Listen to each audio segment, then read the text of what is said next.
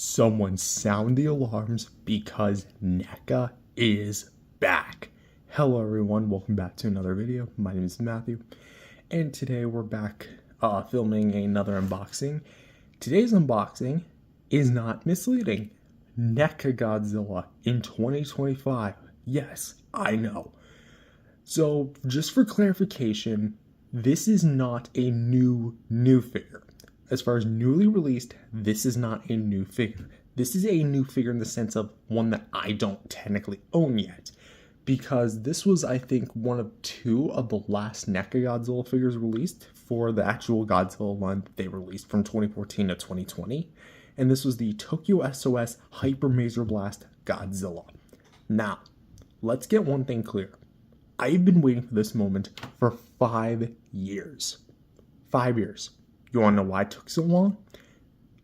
Simple. Actually, a variety of reasons, but we'll narrow it down to two. One, I've been kind of stuck in the world of another figure company on the channel you guys might have heard of. Playmates, the master license. Yeah, ever since they started spewing out Godzilla vs. Kong figures, I've been collecting like a ton of them and then went to GXK. It was a whole thing.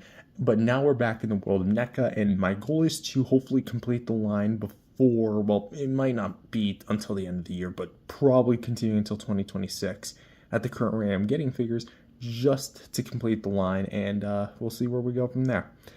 But yes, I did find a very good deal for a used Tokyo S.O.S. Goji, so I don't think this comes with the box. It did come loose, so we're going to be having a bit of a celebratory unboxing. It was actually supposed to come like way later, but it's here now, so I'm not complaining. Hold on. Actually, let's open it from this side because it does seem like I nicked myself. Thankfully, I did not draw any blood. Stop it, cats. You're gonna have to forgive the background noise. I do have cats, and they are very rambunctious little scamps. Trying to figure out how to do this. Let's see, because like, there's no fold on this side that would indicate. Let's actually just, I think it's actually a pull from this angle. I don't know, some boxes just aren't 100% basic, I suppose, because you can't just open it. Come on. I don't have my handy dandy scissors on me, so you're gonna have to forgive the lack thereof. Oh wait, actually, what if I just do this? Instead of trying to open it from that way, I could open it like this. There we go. Glides right on. Okay, you know what? Let's actually like try to. Can I show it from that side? Oh yeah, there's no harm.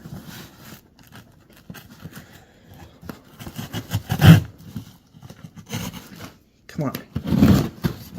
Oh, ready? Alright, let's try this. Alright. I don't know what I'm gonna have to censor. There it is. Oh my god, a lot of packing peanuts.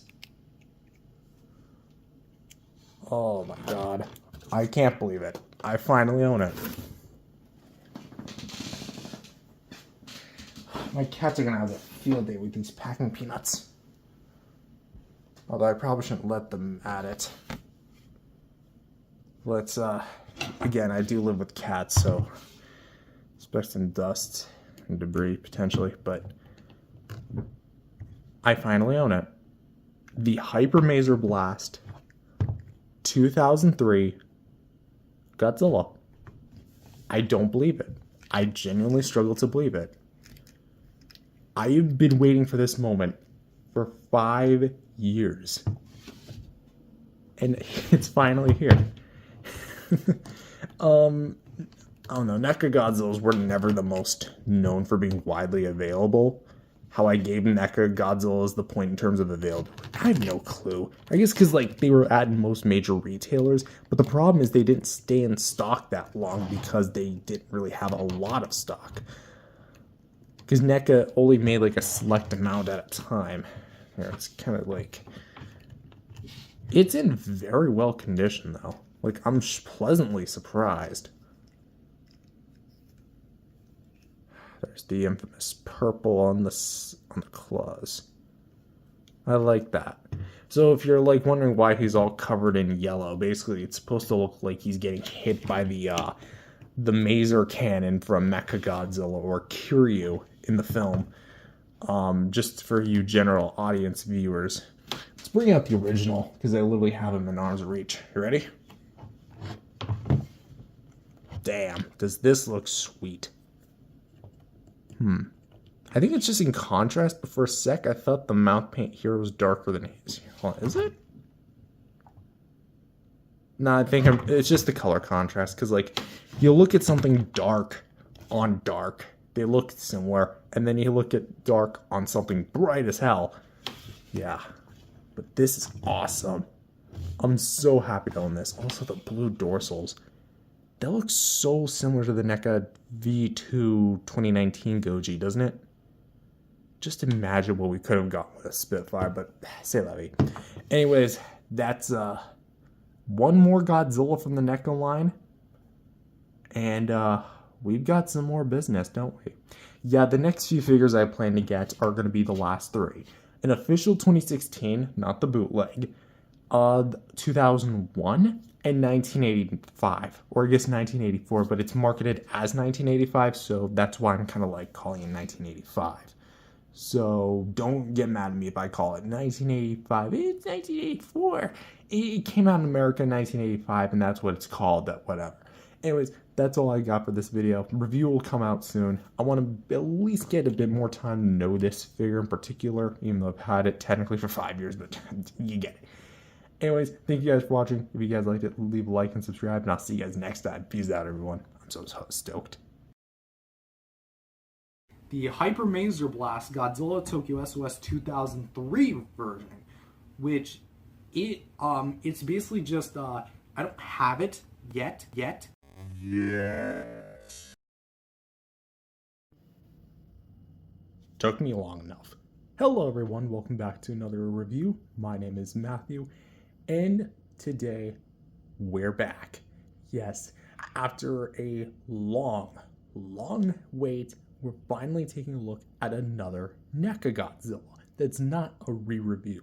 It is a figure that is new to the collection. Not new as in like a newer released figure. Keep in mind, the NECA Godzilla line ended 5 years ago. 5 years ago. You want me to say it again just to make you feel even older? 5 years ago. Half a decade. Anyway, this is the newest figure to the collection, at least for the time being, because I do have some more on the way, but we'll get to that when we do. Anyways, this is going to be a repaint of the NECA Godzilla 2003, which, if you guys remember, was a very highly praised figure by me. I said it was one of my favorites. I still do stand by that verdict quality-wise. It's not one that I constantly return to and play around with, but it is something that I do look at and admire. That said, here we're taking that figure and making it a different version. So, with that said, is this Target exclusive, well, then Target exclusive, actually worth returning to 5 years later? Or is this thing just a remnant of the past and should stay the past? Let's find out. So just for some clarity, before we actually go on to the review itself, this guy was bought used. It has no box. There might be some scuffs here and there, but I am very pleased to say that the previous owner of this guy did a very great job at taking care of this thing, and actually did a very good job at like keeping this thing out of harm's way, which I hope to as well do the same thing. I mean, I'd be a real idiot in order to let something like that happen to this, my literal prized line. So, with that said, for accessories, the base figure basically came with nothing, and that is essentially the same thing on this guy as well. Now, you might be wondering to yourself, does it have any gimmicks because of its flashy colors? Well, when it was listed on Target, some listings on Target's website, when this thing was actually still listed, listed this as glow in the dark. Do not actually buy into it, because this thing might look like a glow in the dark figure. I wouldn't blame you for thinking it is.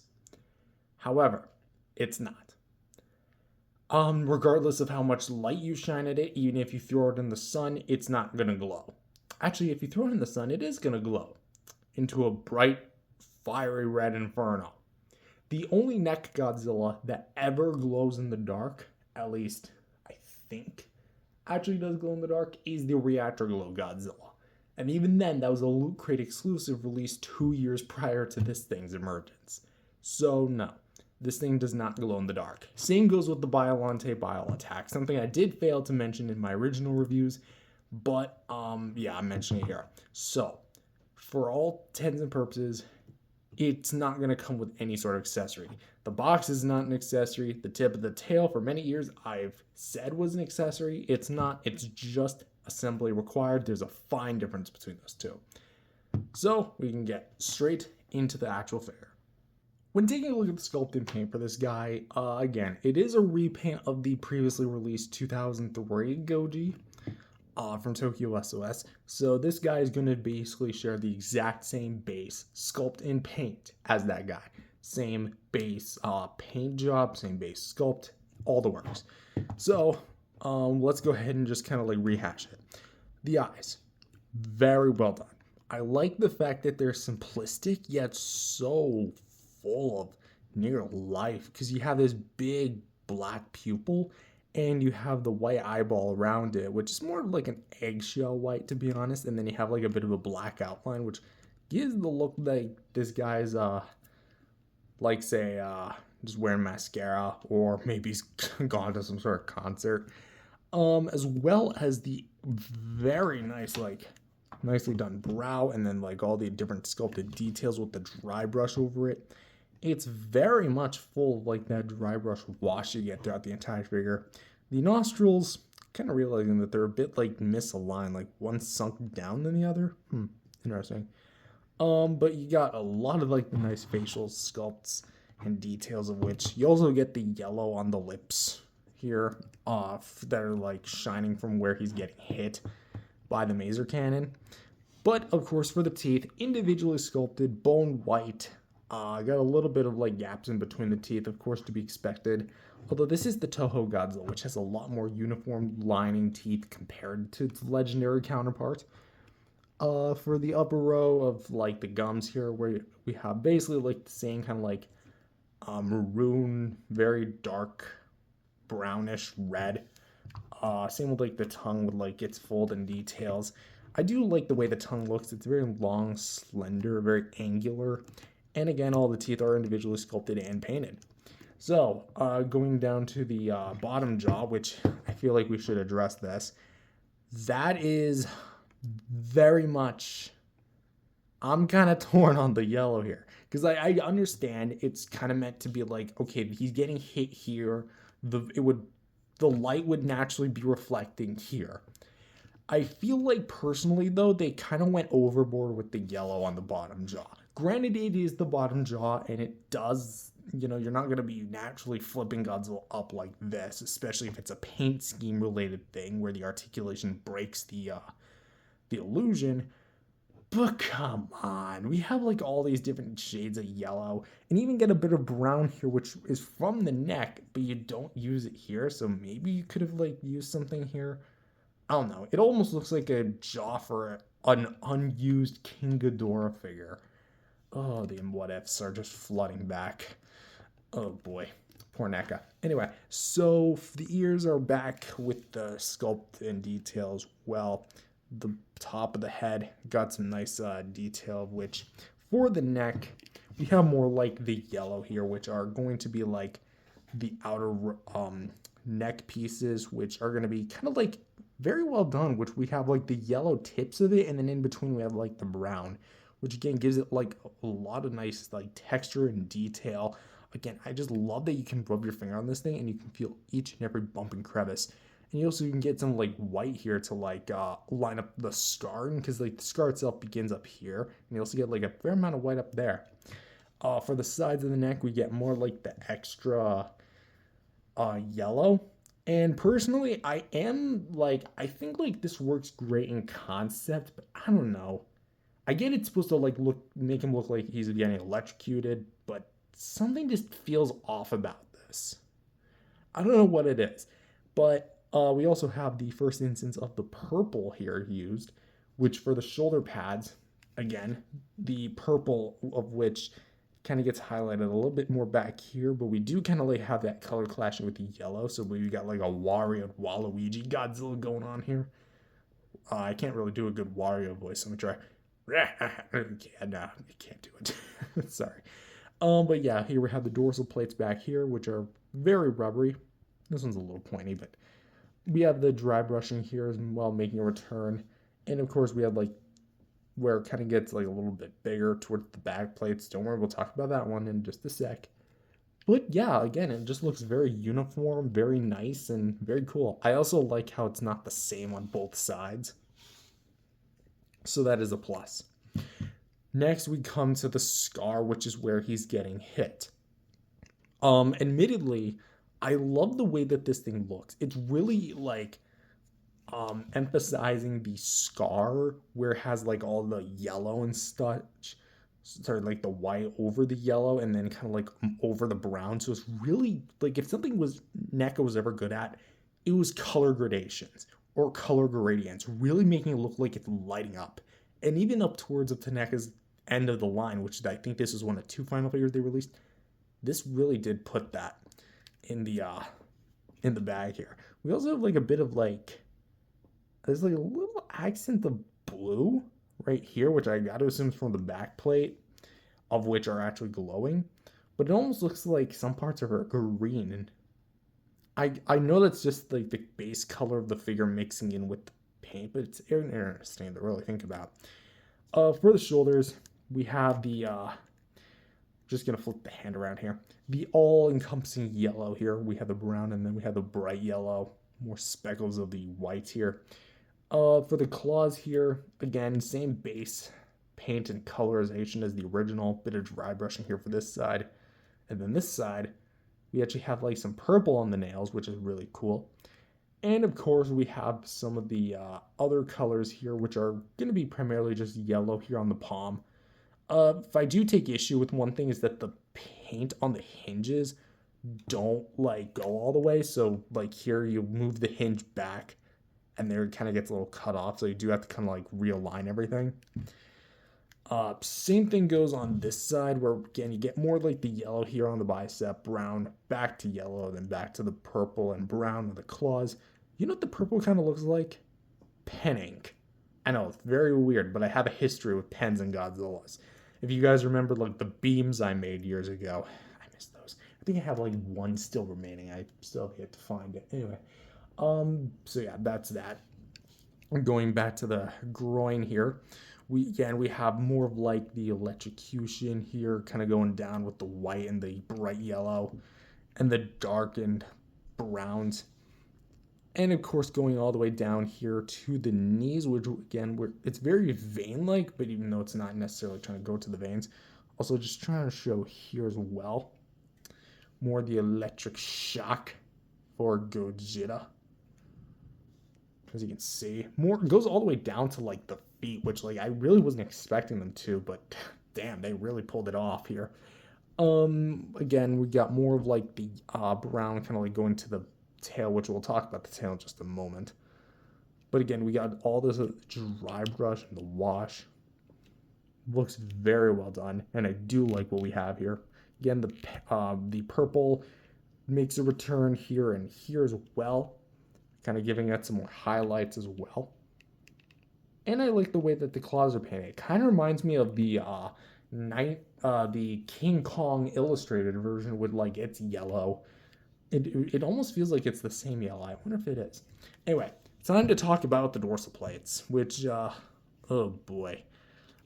This is definitely going to be looking a little bit weird to just some who may have not seen the movie. Like, I thought Godzilla's dorsal plates all light up, and you'd be right. But the 2002 and 2003 Godzillas do something weird because select plates illuminate before they all do, and then he fires the atomic breath. It's very weird. I suggest watching the film, but this is like in the moment where some dorsal plates are lighting up. So you have this plate, which is pretty much left alone, except for a little bit of specks, and then these two plates back here, which are not very much lighting up. I mean, actually, this one is actually very much lighting up. Sorry about that. So we have these two plates which are lighting up, and of course this big boy, which is very just...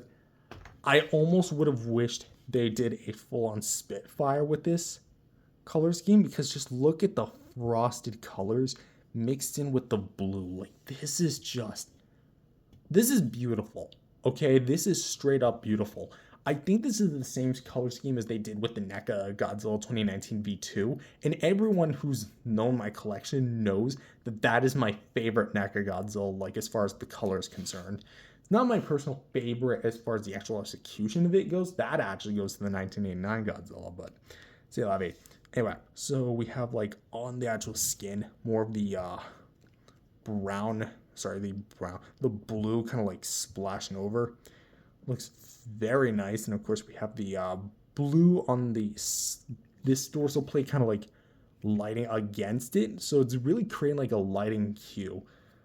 Very much so. And then these dorsal plates don't really have anything. And then here we have these dorsal plates which are lighting up as well. And select, and then kind of like that's kind of where the plate, like the blue, ends, and then goes all the way down to the tip of the tail, where you do get the extra little sculpted paint on segments on the actual tail. And of course, just to prioritize this part here underneath the foot as well, just to briefly cover that, just like that. And yeah, that's basically it. The rest of the tail has some dry brushing. If I did have one complaint about the tail, though, it is that the paint kind of does get a little mismatched versus this one, where on the original, where the paint was a lot more uniform. So you got like this dorsal plate paint here versus this right here. So the original one did seem to get that down a bit better, but just for some last angles here. That's the side. This is the front. Side again. Side again. Or I guess that's up, down. There you go. Anyway, for the NECA Godzilla 2003 Hypermaser Blast Sculpt in Paint, Sculpt is going to be absolutely awesome, because let's be real here, the 2003 Godzilla, in my personal opinion, had one of the best sculpted details in the line, because it was one of their later ones. I don't know what they were feeding their sculptors back then, to be honest, but this is awesome. And the paint is just beautiful. There is some things I do have like some personal problems with. For example, maybe like the paint alignment, because if you want like the arms themselves to be aligned as far as the paint goes, you're gonna have them like a bit spread out like this, and have them out to the side like that, and effectively keep him in this pose. Does it remind you of anything? Anyway, so this actually does look very nice, and I do personally like the overall presentation of it. And as well as this, the dorsal plates, or at least the ones that are painted the blue, as opposed to just the basic gray tips, they're beautiful. I would have loved to have seen a full like Spitfire or like charge up variants of this thing. Maybe what I would have personally done is, in an alternate universe where NECA had more time to work on this, was keep the yellow here, but take this blue, give it to all the other dorsal plates on the tail, make the mouth blue, and allow him to have a beam effect. That's what I would have done, even if it meant reissuing another beam. But alas, this is the one we got, and personally, I'm still very much happy with it. It's got a little bit of everything as far as the color is concerned. So for sculpting paint, I'm going to personally rate it a 8.5 out of 10. And next up is articulation. Articulation has not changed from the original, so if you're hoping for some new engineering changes, nothing. So for the jaw, can open and closed just like that on a hinge. Just like that. the head can look up about that far, down about that far, left and right, and can go a full 360 degrees. Just like that. Now, for the neck, back then, I heckled the 2003 Goji for having this big, weird nape thing.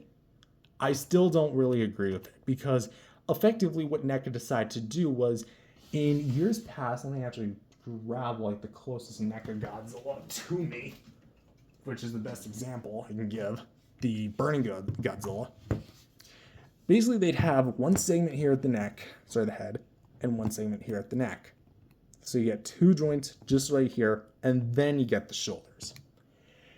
That's kind of sort of what they did here, but like, it was very weird given the design. Instead of cutting the neck maybe right here, they decided this whole section where the shoulders meet, the chest, was going to be the next segment. And because of that, this whole area shifts up and down, left and right.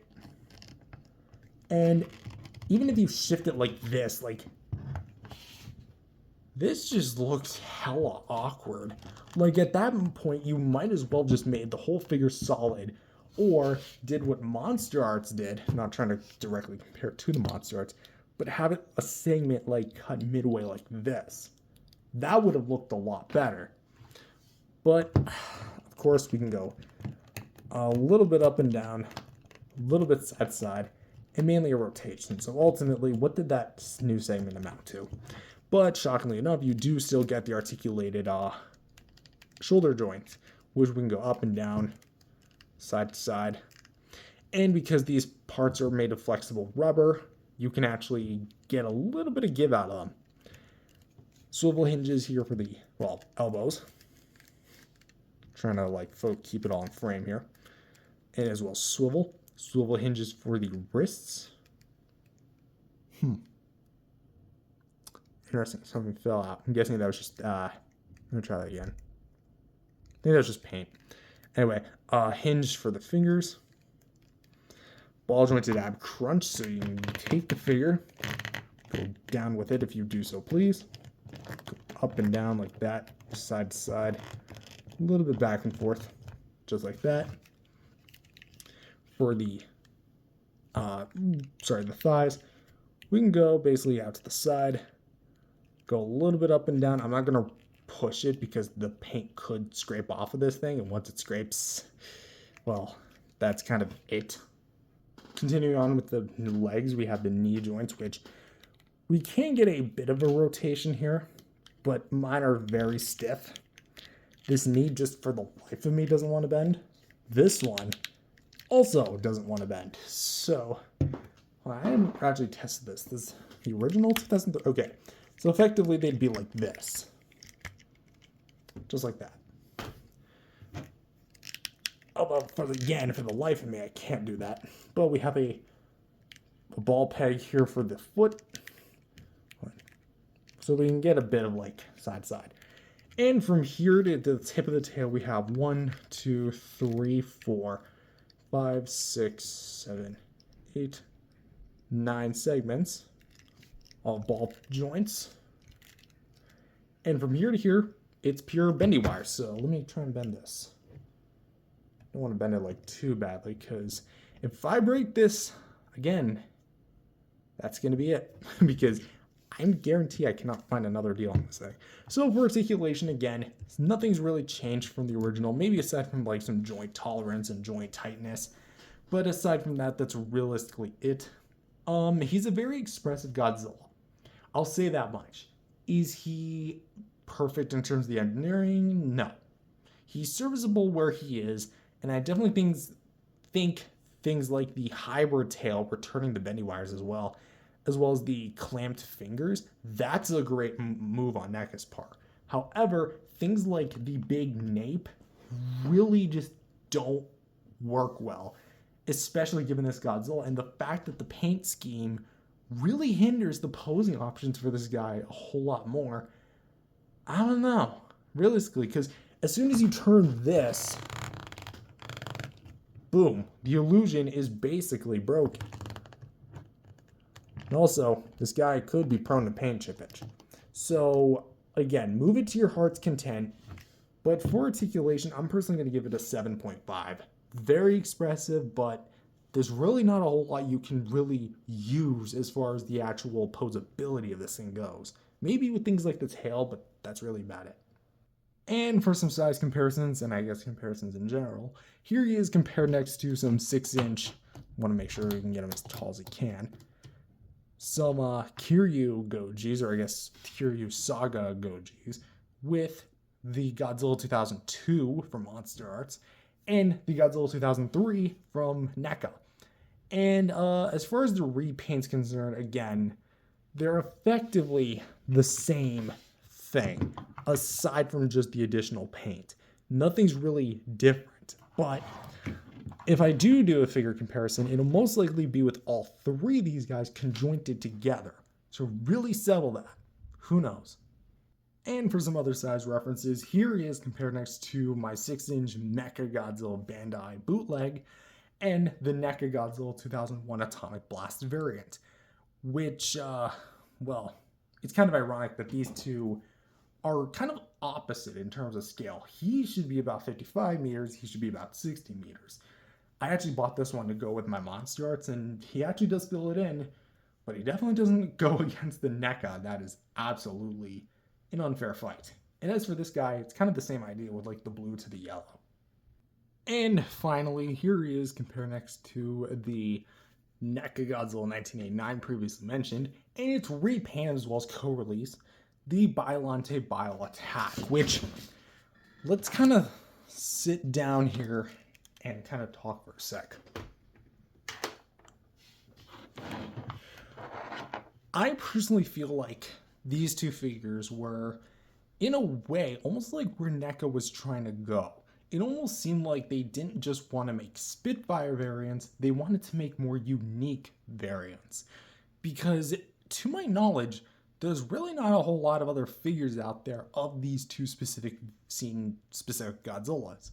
Because NECA is known for reusing their sculpts and repaint their figures a lot.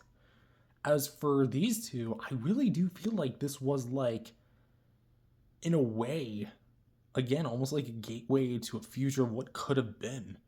But it's really kind of upsetting that this is where, well, it's not upsetting, but it's upsetting in the idea that this is like where it ended as far as like them being cut short. But I think these two figures together, they're really, really cool. You have a bright neon Godzilla that's green and a flashy yellow Godzilla to accompany each other. And I think it's cool. You know, it's so weird to finally own this thing and actually have the two together at long last. But our journey in the world of NECA Godzilla isn't over. Far from over. And so overall, how do I rate this figure? Or what do I think of this figure? He's great. He's very scene specific, which makes him all the more unique. He has such a bright paint application and colorization to him. I'm actually going to turn this off just because it is making a bit of noise. But he's really cool. Granted, he's not perfect. He does have some paint imperfections. And I definitely think the articulation could have been tightened up a little bit more, especially around like the nape area. And please, for the love of God, give us an accessory. But I guess it's kind of too late to say that, isn't it? But he's so cool in the sense of like, he flashes right up on the shelf. He definitely deserves a presence within like your collection if you're really planning to collect this thing. And overall, I'm finally happy to own him. But as for the NECA Godzilla line, we're back. Yep. It's been quite a long time since I was intending to collect a NECA figure, because I did kind of put the NECA Godzilla line on the back burner for a little while. In fact, I think the only like real legit NECA Godzilla that I've gotten since the line discontinued was the 1995 Burning Godzilla. And even then, I only found him on a secondhand listing and wasn't even like intending to get him at that specific time. I just had the money and then I got him. So with that said, This is kind of like where I'm planning to continue my collection. We're going to finish up the NECA line. We're going to finish what we started. And we're going to see where we go from there. Because we only have 3 more figures after this. We have the 1985, 2001 standard version, and the 2016 standard version as well. I know I own this the 2016 bootleg, but that bootleg again just isn't doing it for me anymore. So I want to try and track down an original. But with that said, I personally score this thing an 8 out of 10. A very solid figure indeed. So with that said, I hope you subscribe and join me on my NECA Godzilla journey. If you enjoyed it, leave a like and subscribe, and I'll see you guys in the next video. Peace out, everyone.